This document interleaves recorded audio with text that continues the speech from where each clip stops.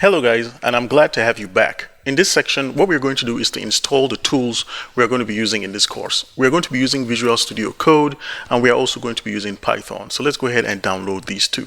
So make sure you have an active internet connection, and then open up your favorite web browser.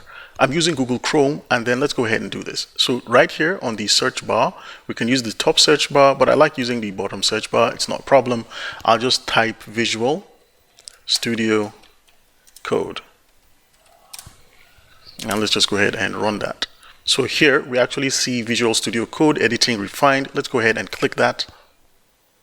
And here I'm going to download for Windows. In case you're on another operating system such as a Mac or a Linux system, you can download the version for you. But it's actually detecting I'm on a Windows operating system, and that's the Windows system we're going to download, we're going to complete.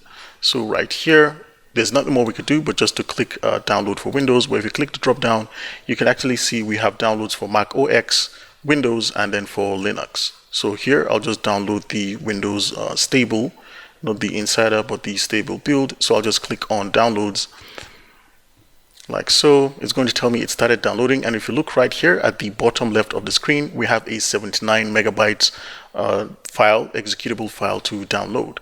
So next, the second software we're going to download is Python. So let's just go over here and click on the new tab, and let's just type download Python like so, Python for Windows. Let's just click download Python, and we should actually see the python.org. So I'll just click on python.org.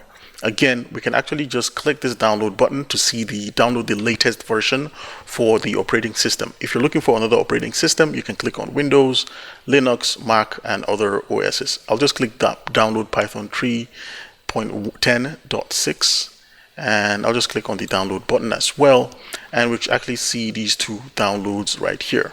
So I'm quickly going to pause the video, and once the download is complete, in our next lesson, I'll show you how we can install these two downloads.